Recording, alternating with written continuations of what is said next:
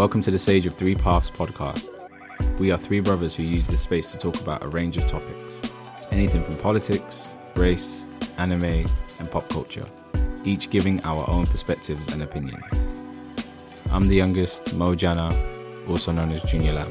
I'm the oldest, Okello, but my brothers call me AJ. Middle child Oz, aka Wizard King. We three brothers. One sec. We once again thank you for tuning in and joining us on this sometimes cathartic journey. Let's dive right in.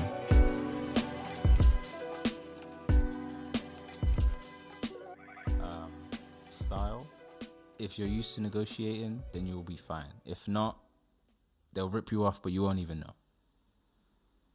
So in that moment, it was like, cool. I'm not trying to like fleece you so you don't make nothing, but also I'm from here, innit? That's what I was trying to give the vibe for. But it was really nice. And then, I don't know, man, at some point I started hearing some oldies. They were playing some really old school music.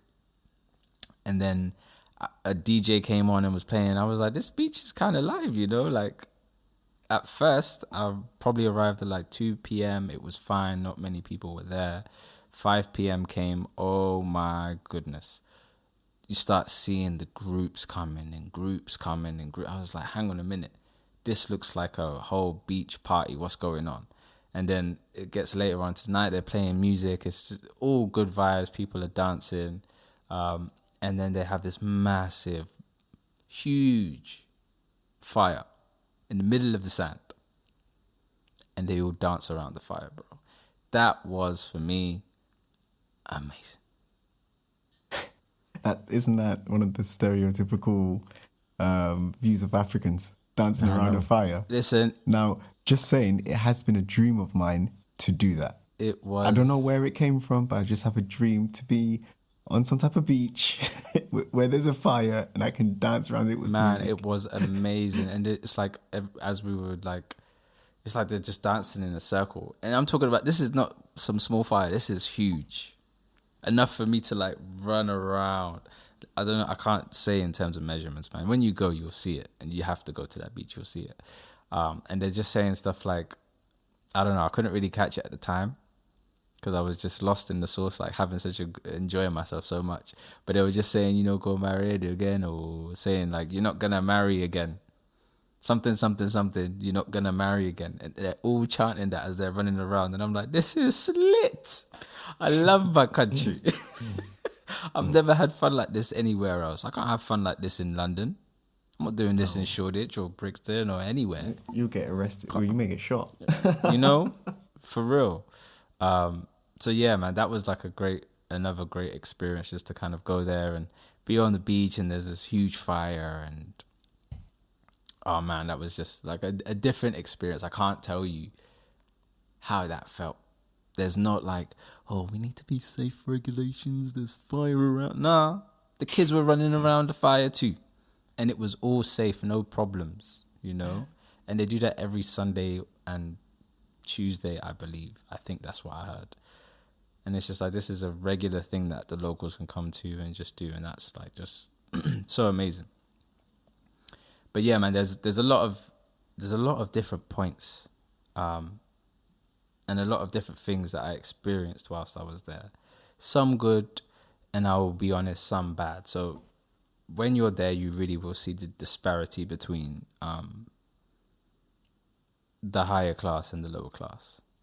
Like, from what I saw, there's no middle class. You either have it or you don't have it. And if you don't have it, like, you just don't have it.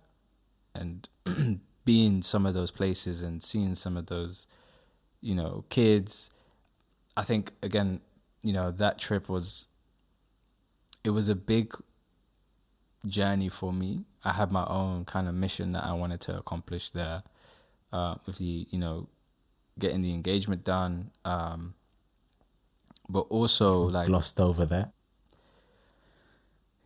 Yeah.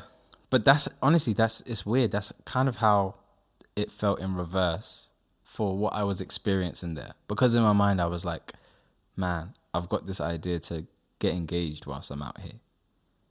And I don't know how I'm going to do it. I don't know when I'm going to do it, but I just know that people know I'm going to do it and people are planning stuff for this.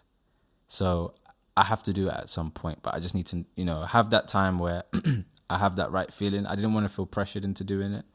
So I really had to hold the stop sign up when it came to like family members saying, oh, we should come and do this or you should come and do that. And I had to really just be like, you know what, I need time just to be with myself and, my partner at the time.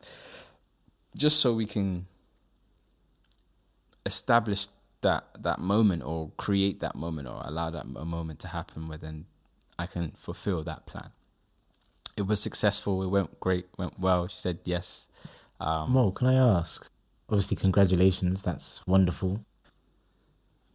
More peace, more blessings for the future to come. But how did you do it? How did you do it? Oh, man. AJ, I want to pose this question to you also because I don't know the story. So maybe it's cheesy. I don't know. But so me and Mercedes, we don't celebrate Valentine's Day. That's something that we said, actually Valentine's Day, is very gimmicky. If we want to love each other, like, why do we need a day dedicated to say, oh, this is the day you should show love to your partner and take them out for dinner and buy them chocolates and flowers? F all of that, actually. And she's the one who said to me, yo, what? I'm not feeling this Valentine's Day thing. And I'm just like, when? But obviously this is a different context, different situation. We're in we're on vacation, let's say. So I was like, you know what? Okay, let's book something. Let's do something. It would be nice for us to do something. So I booked a boat trip for us to go on, like a cruise, sunset cruise. It was really nice. Good vibes, all inclusive, food and drinks as well. And it was good food, man. And strangely enough, we ended up meeting some people that were there. And of all places, they live like 2 streets away from us here in London, which was completely strange and odd. I think the guy, I think his name's Josh. Shout out to Josh if you're hearing. He works with Channel 4, shooting documentaries. So he said he first came to Sierra Leone shooting a documentary and then went back. He's like, yo, I have to come and bring my girl here because this place is like a hidden gem. And it really is a hidden gem. Like, tourism there doesn't really exist. And for me, it's like I see so many opportunities for it to be booming. But I think it just needs to be initiated. Someone needs to kind of take the initiative to carve that out and then say, this is something for tourism. This is something for tourism.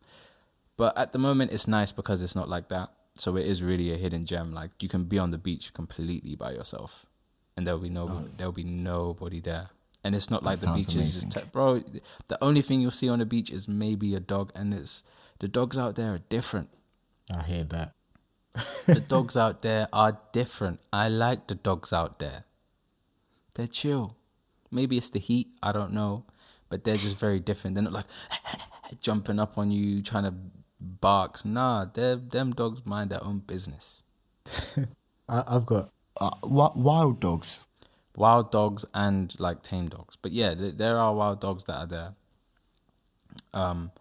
And yeah, so we had booked this boat cruise, we're on it. And then afterwards, it was a nice boat cruise. Afterwards, I was like, okay. And we had the driver come and pick us up. And it was like, it would be great just to go to a nice location. So I had the ring on me just in case. I didn't know if it was the day I was going to do it. But I was like, just in case, if I feel like the moment comes, then I can do it. And then, yeah, we had just driven down that beach road and I just found a place and I was like, okay, stop here. Let's see if we can just jump out. We're just going to go down to the beach for a bit, just take in some of the energy. It was like a full moon and you know me, man. I love that kind of like energy and atmosphere. For me, that was just like, this is a very good moment. I'm feeling the synergies of everything right now. So then from there, just walked onto the beach again. There's nobody there. So it's just me, her, and the ocean and the moon just shining on us. And I was just like, oh, this is perfect. I'm getting the feels. Maybe this is the moment. So then we're just talking, walking, having a conversation, really admiring the country, and we saw the sunset on the cruise, and it was just so amazing.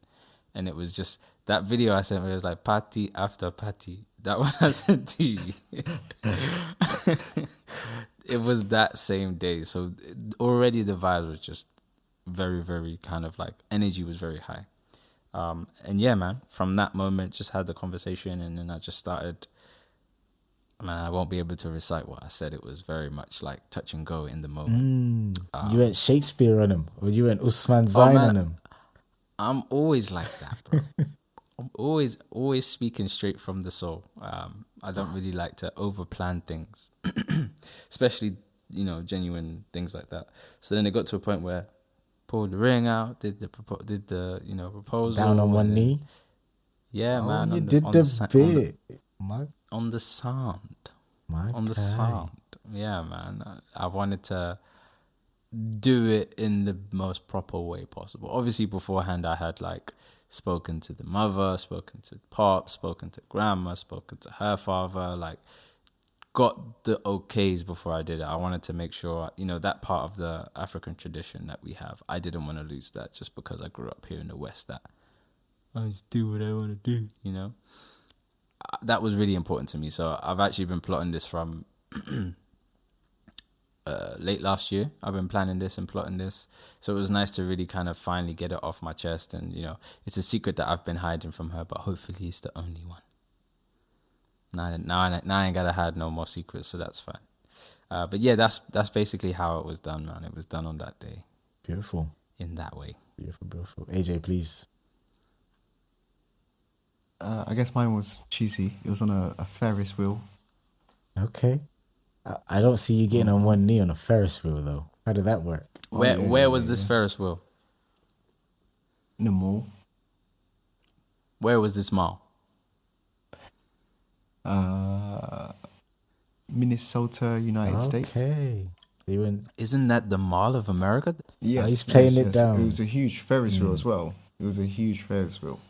So what? So it was a nice day out. What did you do? Did you wait till you got to the very top? I'm obviously look. As we were approaching, Oh man, that's so nice. I told you it was cheesy. Yo, so I know. Okay, they're romantic. yeah, no, I love it. I love to hear it, man. I love to hear it. Well, anyway, I'm just taking the gems, taking the ideas. So I'm gonna do some sort of fusion of a Ferris wheel mixed with a moon bath while Mercury's in retrograde, man. Yeah, okay. Mercury was in retrograde. It was. That's the only reason why that came to mind. You know me, I don't really mess with those, but So Mo, I would like to ask about the nitty gritty. You said there were some parts where you can really see the disparity between the rich and the poor. Yeah, I even feel like that definitely is the case, even with the treatment, right? So, as I kind of said previously, people are very direct. Like, you kind of have to be very direct. If not, people will either just be like, this guy's not serious, or maybe they just won't get what you're trying to say. If you're beating around, they don't do beating around the bush. A is A and B is B. If you go, maybe we can do A to Z, they'll be like, what do you mean A to Z? They'll just say, okay, well, I'll just do what I think you want me to do. But, that assumption kind of settles in. And I noticed that definitely, in terms of class, one thing that was quite clear is if you're from the west part of Freetown versus if you're from the east part of Freetown, there's definitely like that kind of disparity of the Westerners are more Western and the Easterners are more African, in a sense where they would do something like come to your house and then when you say you're going to sleep, they'll just stay there and wait for you. well, that's the East guys. That's kind of like the mentality I had, noticed. This was actually it was kind of broken down for me on the first day, and as I was spending time, because again, we have family in both sides. So as I was spending time with people from the West and then people from the East, I was like, I can kind of see where this is coming. I kind of get what that means. And I would say definitely, like, if the West is more Western, then they have more, I mean, they've just got more money, man. They've got more power. And with money and power comes, authority. And when you have a place where it's like your AC's on, you have light, you have Wi-Fi, versus, somebody who lives in like a shack, bro. With chickens and cows walking around. Cows, if you're lucky. A shack. Let's be real. I didn't even see no cows. I'm talking like a shack that's holding like a family of 5, 6. Like, I went to building sites and I saw people living in building sites, like houses that are being built, and they work there as well. And I'm not talking about like, 1 or 2 people. I'm talking about families, like even down to, the small picnics, the small kids. They would also contribute towards that. And to me, that's like, one, it's a beautiful thing because it's really like we're all in it together. But 2, man, it completely broke my heart, man. So definitely there was like a period where, again, my mind was kind of focused on, I need to get this engagement right. And then first having kind of like my own experiences whilst I'm here. But after I had got the engagement out of the way, there was one day where we went to get some clothes sewn. So we went to the tailor.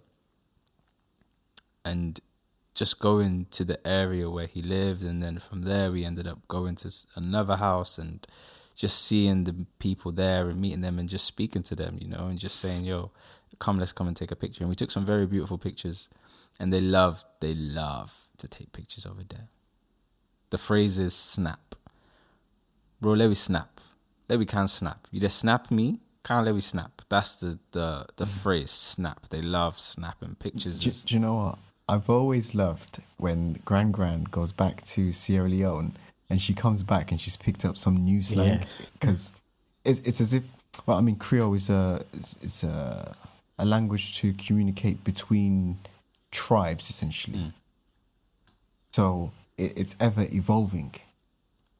And I just love how they can just jazz certain words up. It's so cool. It's like here when you're, anywhere now. I mean, normally slang would be if you're from London back in the days, but slang is everywhere now in the UK, I guess the main difference, what I'm trying to say, is that the slang becomes part of the language itself. Yeah. So that even an older generation can. Whereas here, it's more separate. Yeah. It's more generational slang. So this generation has these words, that generation has that. Yeah. And I think maybe that's just because English as a language is like quite rigid in the sense of we'll only add this word in the Oxford Dictionary if it gets approval from all the knights and sirs, versus over there where it's like, yo, this is something that we've made up together. Like, let's just continue to build on it. And it's really something that belongs to the people, which is cool. I feel like they took ownership of it. And that's something I noticed as well. Like, I was hearing new phrases. I'll be honest, I got there, I was like, yo, I need to tighten up my ears or be able to just keep my brain on, because I'm actually not able to keep up with the conversations here. First couple of days, I was like, what did you say? And this is me. I'm confident in what I can hear in terms of Creole, but what I can say is, not as confident. But yeah, just to go back to the point I was trying to make. Going and seeing these kids, and they love to take pictures, and just seeing the excitement and the energy they had, and every person that I was seeing, every single person, bro, I just remember thinking to myself, yo, I could have been any one of these people here.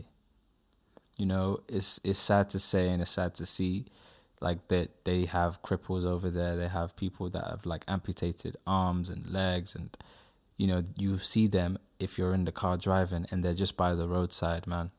And all they can do is beg. That's like the homeless that is out there.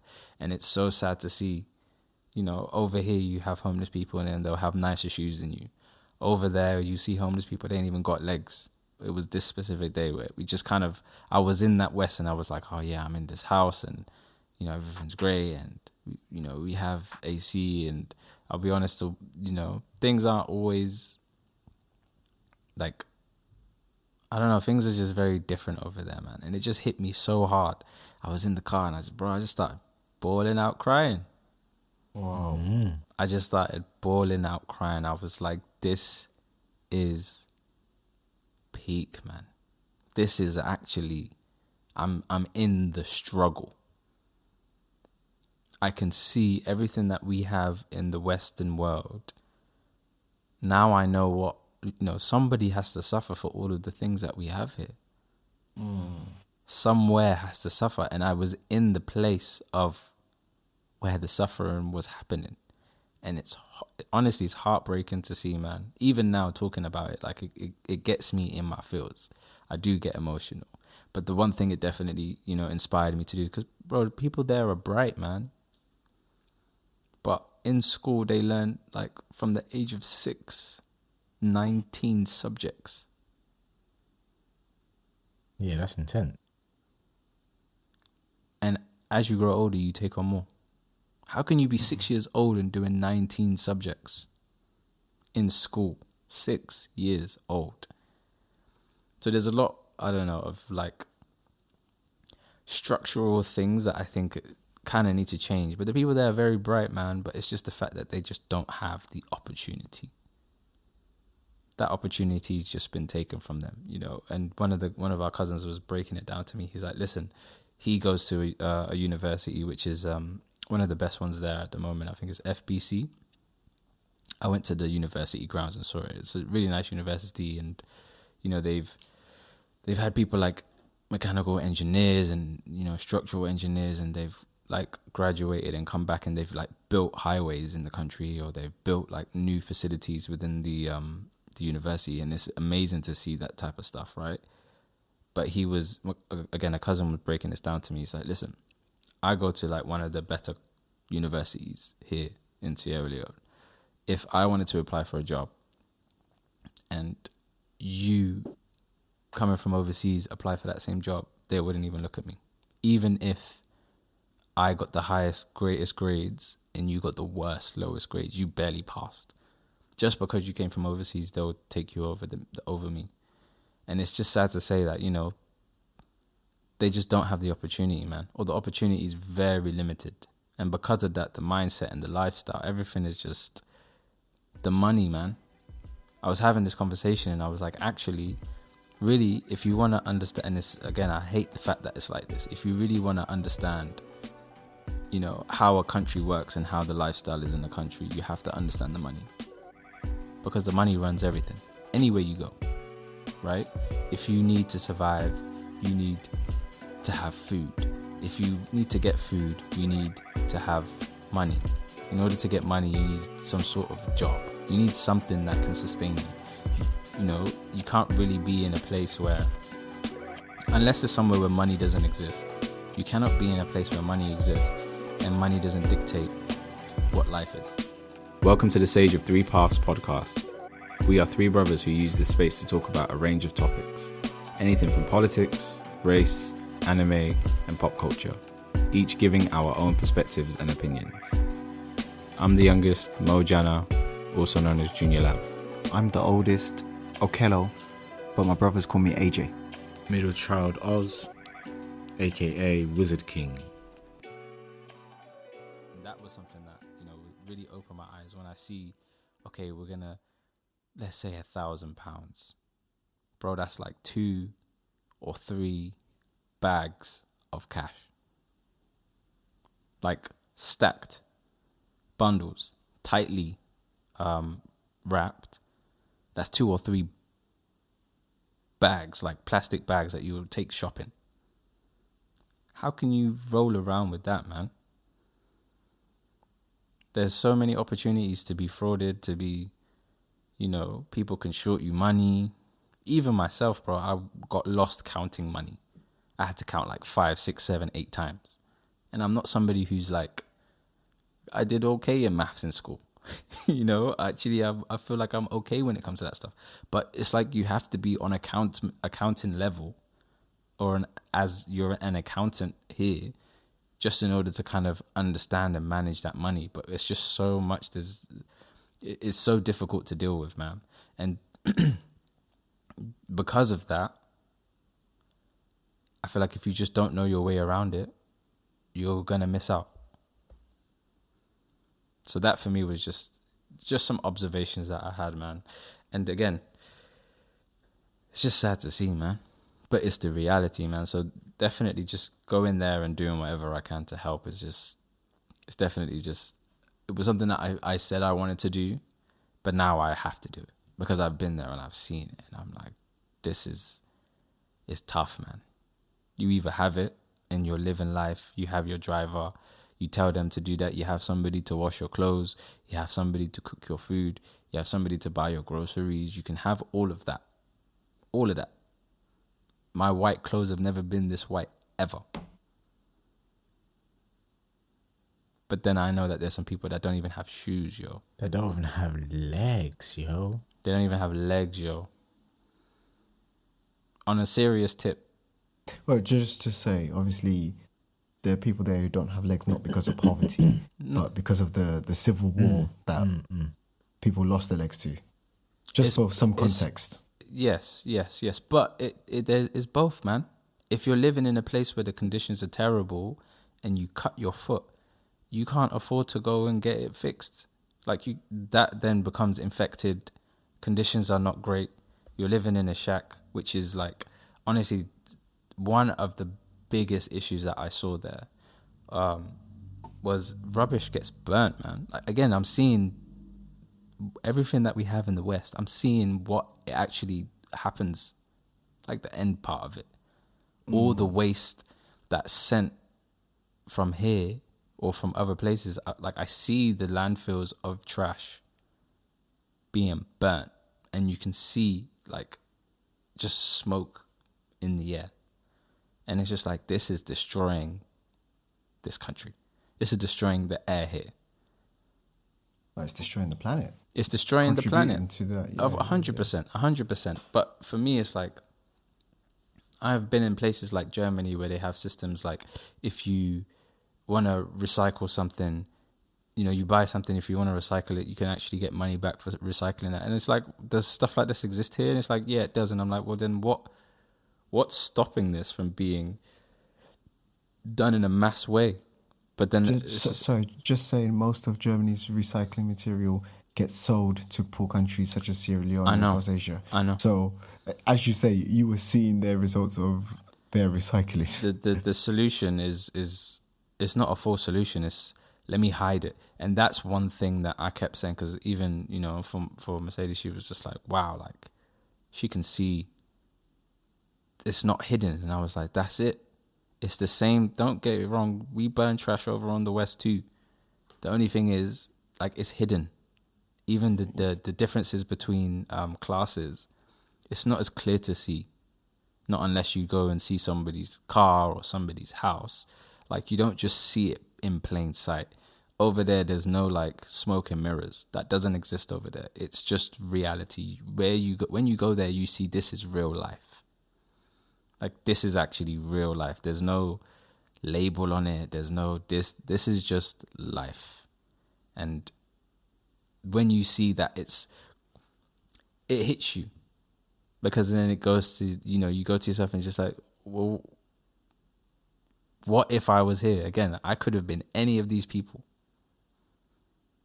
It was, our parents that made the decision or had the opportunity to come overseas to give us opportunities. And it's just like, we shouldn't forget the sacrifice they made. Because again, as much as that's there, bro, you can still enjoy your life out there, bro. You can have no money and you can still really enjoy your life. You can. You have all of the stuff. You just have things that there's so much that we have that we don't need. Whereas over there, life is simple, but it's real life. You don't need to have this latest iPhone. You don't need to have this latest Balenciaga shoes, or it doesn't matter. Because you're stepping on the same sand. Those shoes aren't going to keep clean. Not in that dust. Not in the motherland. It doesn't matter. unless you want to consistently clean it and whatever and whatnot. But yeah, man, that was just one thing that definitely stood out to me. It was just, you can see it, plain sight. The rich and the poor, plain sight. The haves and the have-nots. Plain sight. It's crazy. Sounds like a hell of a trip, man. It sounds like you caught the bug. Oh, Reminds man. me. That- Go on. You got jungle fever. Yo, that place is full of opportunity. When I say full of it's full of opportunity. Small ideas that we have here, if we just take it, set it up, boom. Not only do we change people's lives, but you can make bank off it, man. Oh well, Jan Tech Solutions is already registered under Company's House. So, well, at the time of this recording, it's registered under Company's House. Who knows? 10 years from now. So, a friend of mine he went out to Dubai for some time. He went to live there, and as he lived there, he made friends with some Nigerians from Nigeria, born and raised, and they were explaining to him their stories, and he was telling me their stories. And one of these guys was like pretty much the have-nots. He was amongst them. He was a have-not, and he got a job while he was young, while he was like 12, and I forget what the job was, but he had to hustle for like 2 to 3 years to save up to buy a laptop. So he bought a laptop, taught himself coding, and does cryptocurrency out in Dubai as a full-time job, trading. And he's like, because people are in that desperation, there's a drive that they have. So as you say, there's loads of opportunities. It's just I heard something quite similar from a doctor. He was saying he wanted to end up living in a country like Pakistan or an African country, and he goes, because there's really brilliant people out there. Like, honestly, there's really brilliant, hardworking people out there. It's just that a lot of them don't get the opportunity. So he was saying he wants to go there to help create the opportunity and foster the opportunity. I guess he wasn't aware that him going there and getting a job is contributing to taking away the opportunity. I know, right? I know. That's the one thing. So it's like you can't just, you have to go there and create There jobs. needs to be a net positive. Yeah, you have to create jobs. And really and truly, you know, where I kind of have or envision what I would like to do is, you know, I work at the moment or currently, and there'll be clients or organizations that I've worked with, and they have offshore people working on the same thing. In this current team, I'll have somebody, you know, working in India. We can have the same thing set up. We just need the agency set up, create those relationships with these organizations, you know, wherever they are in the world. And then all we need to do is make sure that the people that we can provide to deliver that service have the skill set. Once they have that knowledge and skill set and can apply it, that's it. All we need to do is the opportunity, add the direction to it. Once we add that direction, it works out for itself. All it then needs to be done is managed. But it's a different mindset out there. So I know that, you know, if I wanted to do business, honestly, it would be very difficult to do business if I'm not like there. We learned that from watching our parents as we were growing up. Yeah. All the family members sending money back home for so many different projects and whatnot. You ain't there. Yeah. People are hungry. Yo, everybody's trying to eat. There's not. I went to the building site, right? I went to a building site like maybe three or four times, and it's amazing to see. And I was saying it today. I was walking to the gym today, and I was looking at them building some apartments, and I was like, damn, they're using like these big cranes and like crazy scaffold. Did you know what they use out there? Their 2 hands and their 2 feet, bro. Everything is done naturally. They use for scaffolding for a building. They are using logs and wood, and they're tiny. It's the second time you've described this phenomenon, and it's automation. It's going to happen in Africa as well. It's the ripple effect of industrialization. Obviously, those who were in front with it is Europe. But yeah, it's well on its way. How are the roads? So with the automation and whatnot, and the labor force, one thing I've heard across Africa, and I guess I say I heard because I studied about it for my master's, right? But was the foreign investment from China and Chinese companies going over there and sending workers there. Did you see anything like that? Yeah, definitely, man. Definitely, I saw that. So, and I inquired about this. Actually, I went to the vice president's office. Very super quick, brief, hi, yes, this is who I am. We'll have another conversation another day. But I was able to meet, some of the ministers there and just have, very brief conversations. And I even got a brochure of something that is basically a Chinese, I don't know whether it's like a Chinese government organization or a private organization. But basically it's like a brochure of all of the work that they've done internationally in countries to like improve infrastructure, build airports and build roads. And this is sitting in like, a government office. And, I've, for some reason it's like, oh yeah, look over this. Maybe you might have an understanding. Maybe they saw the tattoo on my arm and thought, this guy understands the Chinese. You'll finally be able to translate what the hell's going on. Maybe we should ask this guy, see if they're trying They to don't fleece know us. it's chicken fried rice on your arm. But I did inquire about this, like, again, just as we're driving, it's like, I would ask the driver, like, please, can you just, as we're going places, just explain to me, like, where we are at, like, who built it, when it was built. Because one thing I was really shocked about, I thought the roads would be terrible. Honestly, I was, again, I think all of those preconceptions that you may Propaganda, have. of course. It's All the propaganda from the charities, which are businesses. Man. So they're trying to show, pull on people's heartstrings. They're not going to show you a nice developed side of Africa, of course. Man, they have roads, they have highways. This is in like a small country like Sierra Leone, bro. They have good roads, right? But they also have, I saw, and this is so amazing and beautiful to see.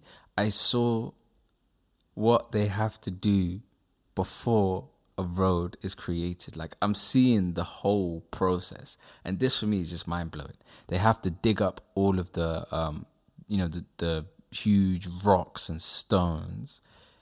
Then when they've, digged out all of that, they can then plow it to then have a flat surface.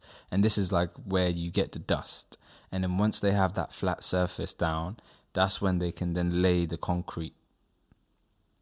But I saw that, like, we went to one of the towns called Toke, and to go there, there's two ways you can go, and they have like the main road which you can go, but it's long. You got to go around, or you could just take the road that they're currently constructing, and it's basically you're driving on just the earth, like no concrete, no road. You're just driving on the earth, and that for me was amazing. There's ditches everywhere. And I'm not talking small ditches. I'm talking, we can't go down like one tire cut. We have to go around this whole ditch, because if we go down, we ain't coming back up. The car will get stuck. But I think, yeah, when you go out maybe to like the towns or some of the other rural areas, we didn't end up going upline, but that's definitely next time on the agenda. I want to go to one of the villages. Maybe there it will be different. But man, the roads weren't bad, and there were roads that were built by Sierra Leoneans. But again, when I inquired, one thing that was told to me is, if you're Sierra Leonean, actually, they wouldn't want you to build the road. They would rather have somebody come from overseas and build the road, just because then they know it will be done properly. And then they don't have no headache, or they don't have to worry about, money going disappearing, or like people taking materials. Like, again, I went to a building site, so I like firsthand had experience with, okay, money's been sent for materials have been kind of distributed, and I was really like up close with it.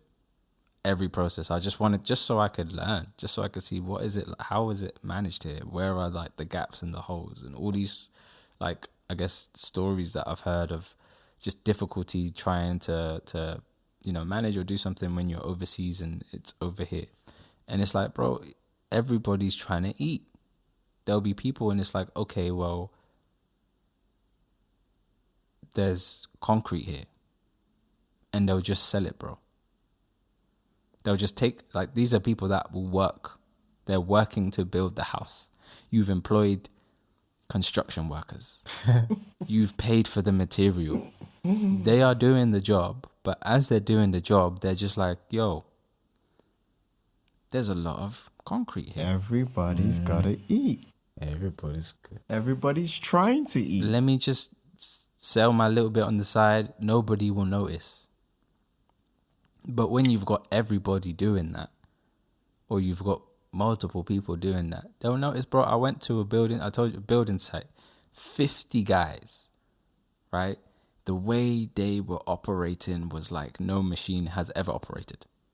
A machine cannot operate that way. I was amazed. I was like, wow, I've seen a video of this, but I'm seeing it in the flesh. This different. This is like top quality work. These people, you see the way that their muscles are flexing. I'm like, African power. This is amazing. But it's hard work and it's hot. So I understand that people want stuff like water. You know, if they're doing the work, they need water to drink. They probably want food to eat. And they don't want that to come out of their pay.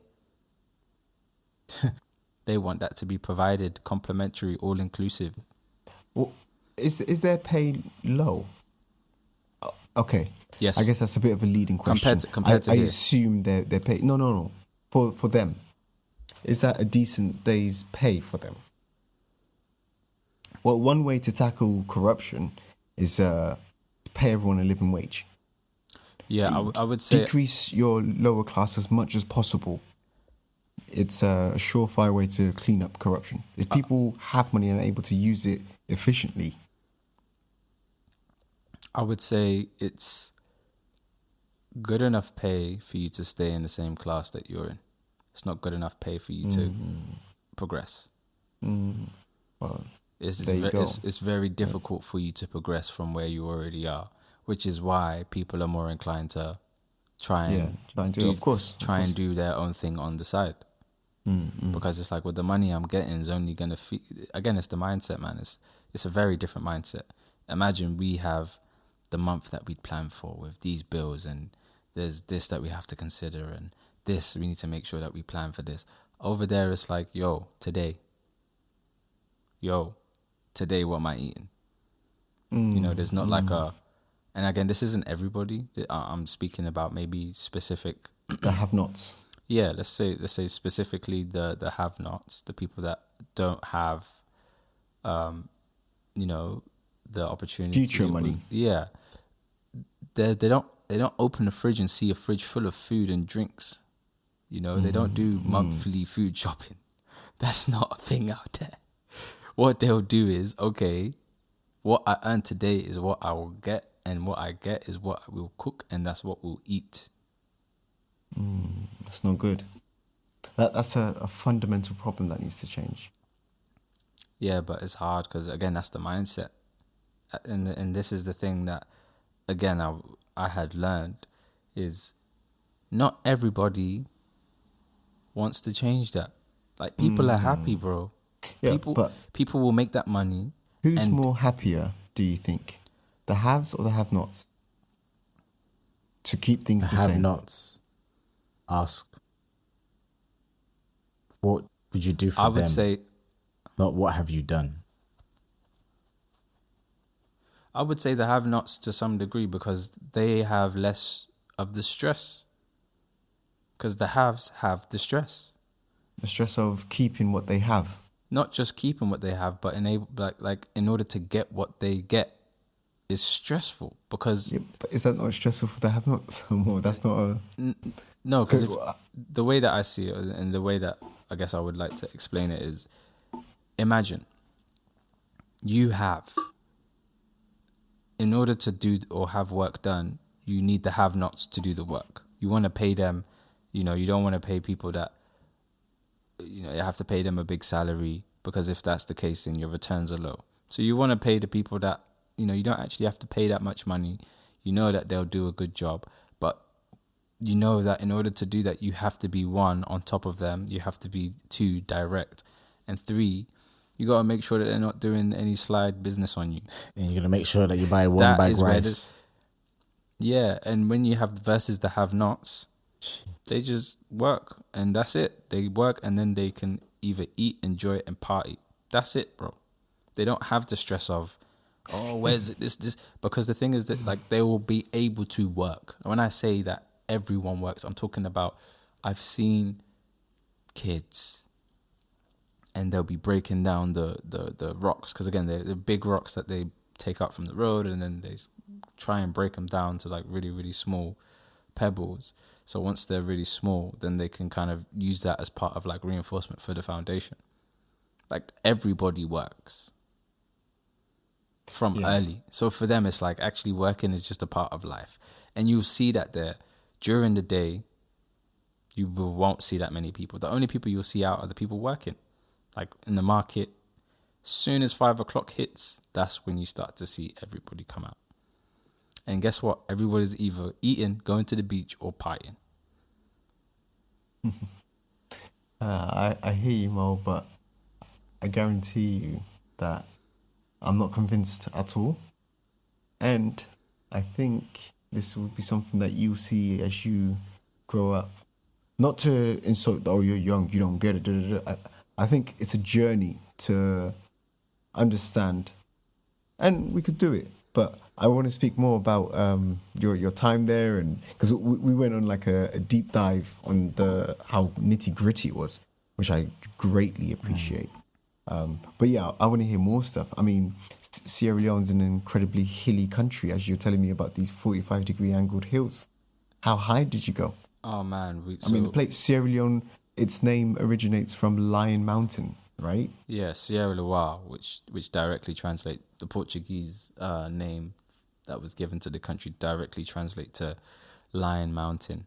Man, some of the hills that I had encountered, and this is, I'll keep it real, it's a hilly country. The whole country's full of hills, and you gotta have a serious motor vehicle to get up them hills. This is not a hill that you can just walk up.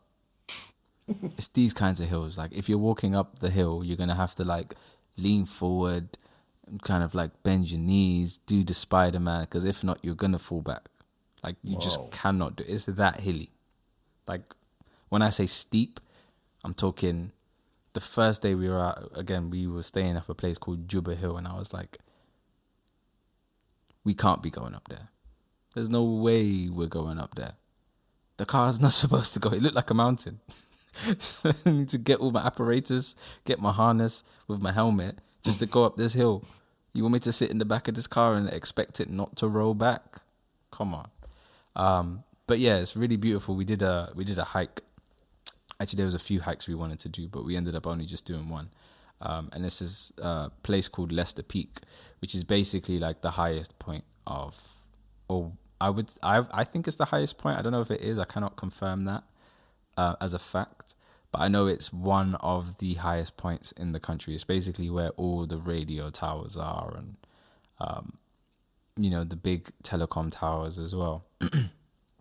And man, that was like a 1 hour hike. So we went from Hill Station, which is more like flat land, let's say in the center, more flat, all the way to the top of this place called Leicester Peak. It took us 1 hour walk, and it's just straight steep. It's like you're climbing a mountain for 1 hour. And when you're at the top, honestly, the views are so beautiful. You can see across the whole country, or the whole city anyway. And you're high when you're in West Africa and it's cold. Legit. I was like, okay, why do I feel like I'm back in the UK right now? Oh, wow. Yeah. Like, and again, because it's a again, I would say a windy country, so the location of it's quite windy. That when you're at the top of that mountain, oh my goodness, like you're so high you can see fog from the clouds, Nice. which is just amazing. Like you it's like you're in the cloud. But yeah, that was like that's definitely a place. And you know how I was saying before about there's loads of opportunities for like tourism. That is definitely like a tourist kind of hike. If they What's it called? I don't think the hike has a name, but the place is called Leicester Peak. So they could do things like, just have road signs. Oh, X amount of meters to go, or X amount of time to go. And then when you're at the top, like it's again, there's not a lot of people there, man. So as you're doing this hike, you have like this bench where you can sit down and you literally look down at Freetown. Don't step forward because you will fall and die. Because health and safety you're literally regulations. climbing. You're literally legit climbing a mountain. So you've climbed like on the side of it. You've reached the peak. If you go down, like if you look down, all you see is just rocks and trees, and yeah, you will fall to your death. But definitely that's like an opportunity. I was like, this could be a tourist attraction. Definitely people would come in and take their pictures and post it wherever they wanted to do it, and just say, yeah, I'm doing the challenge, because it's hard, it's tough, man. Like it's tough. It's not, I'm just doing an hour walk. No, it's like, yo, I'm climbing. You know me, I'm like relatively fit. Man, I was blowing, dripping the sweat. I had to take breaks. I was trying to savor that one bottle of water, and I'm thinking, I don't know if this is going to be enough. And I'm trying not to do it in like a slow pace. I'm trying to do it with good timing. But again, you're walking straight uphill. No treadmill has that gradient. And you're just going, trying to stretch your arms out just so you can have balance whilst you're walking up. And as you're doing it, it's nice. You see some of the locals in their houses, and they'll say stuff like hello, and they'll just say hi. And it's definitely a rewarding. It's tough, but it's very rewarding hike. That's one thing I would recommend if anybody goes. Definitely, your start point could be anywhere, but just try and do a hike up to Leicester Peak. That would be definitely worth it. Well, I was going to say for the last thing for me, as I guess it's getting pretty late now, but if there was one thing you saw which was just like, I love this place, or I wish I could show this, or you had to take a picture, or the experience itself was just, it stood out more than any other, what would that be? So you might find this a bit silly, but definitely first thing that comes to my mind, we went to Toke Beach. Again, Toke is like a out of the city, Freetown. It's like a smaller town. Beautiful, beautiful, beautiful beach. Quite remote as well. And when we had arrived there, again, there was nobody there, just fishermen actually. There was just a fisherman and maybe some of the people that lived in that town. And they were doing fishing, and we had asked for a coconut. And I've seen these trees, and I'm talking about like these trees are very, very, very, very gigantic, high trees. Huge. And this guy with his hands and feet, I've never seen anything like it. I was shocked. I was like, he's not going to the top. He's just going to climb up a little bit and shake it. This guy climbed to the very top of this tree. And I'll send you a video just so you can understand what I'm talking about. To the very top of this tree. And I'm seeing him do it. And I'm like, this guy is moving like he's not human. Toby Maguire out here, my guy. These are not human movements. The way he positioned himself, no protection, none of that. You want the coconut? Okay, I'll go get the coconut. And he's climbing up this tree, bro. And honestly, when he reached the top, he's picking the coconuts and he's just throwing them down. And even the fall, I'm just like, It's taking a couple of seconds for it to drop. I'm like, wow, he is so high. If the wind blows, if that was me, I'd be flying, I'd be shaking. Obviously something that he's done like regularly. But that for me was just like so mind blowing to see, like, you know what, like, again, we come from a place where on this side of the world, things we just expect, oh, it's on the shelf, it's in the shop, this and that. But over there it's different, man. Like, I was in that same beach and like the fishermen, I saw them fish and I saw them catch the fish that I was gonna eat, and I saw them grill that fish and I tasted it and my mind was blown because I'd never tasted fish like that ever in my life. I was shocked by the taste because I was like, fish doesn't taste like this. Actually, this isn't fish. What is this? This must be some other specimen, because this is like, my taste buds are like alarming right now. What is this? So definitely visiting somewhere like that where you can just really kind of see just the natural part of life there, you know, away from the city. Because again, the city, one thing I noticed is it does have like Western tendencies or Western influences. You can definitely see that. But when you go to like more of the towns, then you really see like, oh, this is the country. This is Africa. This is actually how it's done properly, not just top up, buy your AfriCell, top up. That's also a pretty cool, innovative thing. You know, like how you have the markets here. You know, people will be saying, you know, 5 fruit is for £1, 5 fruit is for £5. Over there, innovation. You know what they use? A megaphone, and they just record their voice, and then they just lay the megaphone down and press play, and it just repeats it, and repeats it, and repeats it. So imagine as you're driving around, all you hear is top up. You want to buy AfriCell, top up. Top up, get your top up, and it's just like, this is smart, but I could not be sitting here listening to my voice say that 24/7 straight up, again and again and again and again and again. You'll hear it when you go there, man. And I guess just one other thing that really stood out to me was banking is not a thing over there. Like, they have banks, but banking is not like the way that they deal with money. And I thought that was really, really innovative. It was interesting to see how it's handled in a different way. They bank with their phones. All of their money is through their phones. You know, if you want to... That's why crypto has the potential of being something way more than what we currently perceive it to be.